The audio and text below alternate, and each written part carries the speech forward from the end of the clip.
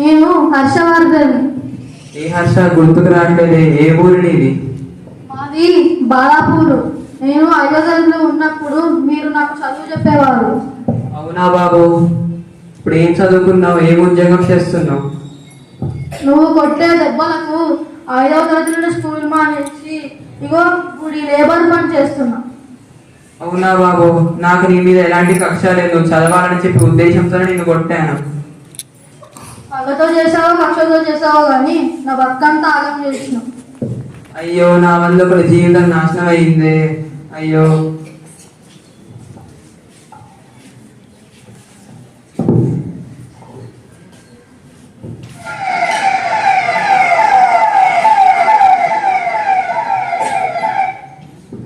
అమ్మో, ఇన్ని కార్లు వస్తున్నాయేంటి? ఎవరో ఎంపీయో ఎమ్మెల్యేనో వస్తున్నారనుకుంటా.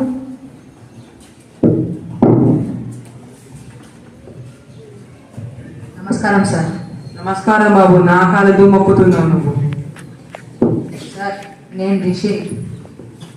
రిషియా? ఏ రిషి? గుర్తుకు రావట్లేదు. ఏ ఊరు నీది? సార్, మాది బాలాపూర్. నేను 5వ తరగతిలో ఉన్నప్పుడు మీరు నాకు చదువు చెప్పేవారు. గుర్తుకు రావట్లేదే. సార్, మీరు కొట్టిన దెబ్బలు ఇంకా నా చేపై అరే ఉన్నాయి, చూడండి. ఓ, నువ్వు ఆ రిషి కదా? దెబ్బ తినేవాడివి, బాగా తిట్టు తినేవాడివి, తుంటదవా? అవును సార్, మీరు కొట్టిన దెబ్బల వల్లనే నేను అప్పుడు బాగా చదివేవాడిని.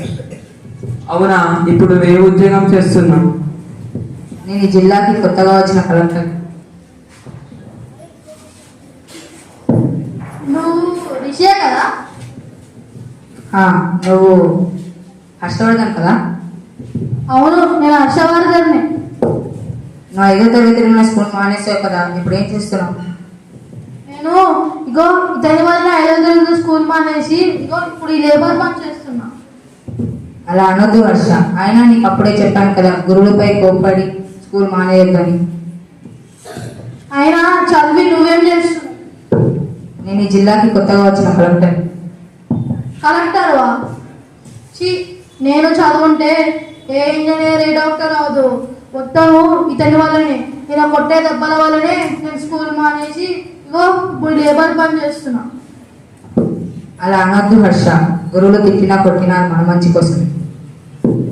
నేనేం చేశాను బాబు? నేను నిన్ను కొట్టాను, తనని కొట్టాను, నిన్ను తిట్టాను, తనని తిట్టాను, కానీ నువ్వు నా మాట అర్థం చేసుకున్నావు. ఈ స్థాయిలో ఉన్నావు ఇప్పుడు. తను నా మాట అర్థం చేసుకోలేదు, కానీ ఇప్పుడు ఈ స్థాయిలో ఉంటాడు. గురువు తిట్టినా కొట్టినా అది మన కోసమే. స్వార్థం లేని వారే గురువు. కరిగిపోతూ వెలుగునిచ్చే కొబ్బరి లాంటి వారే మన గురువు. గురువు మాటలకు గౌరవిస్తే మన జీవితమే బాగుపడుతుంది.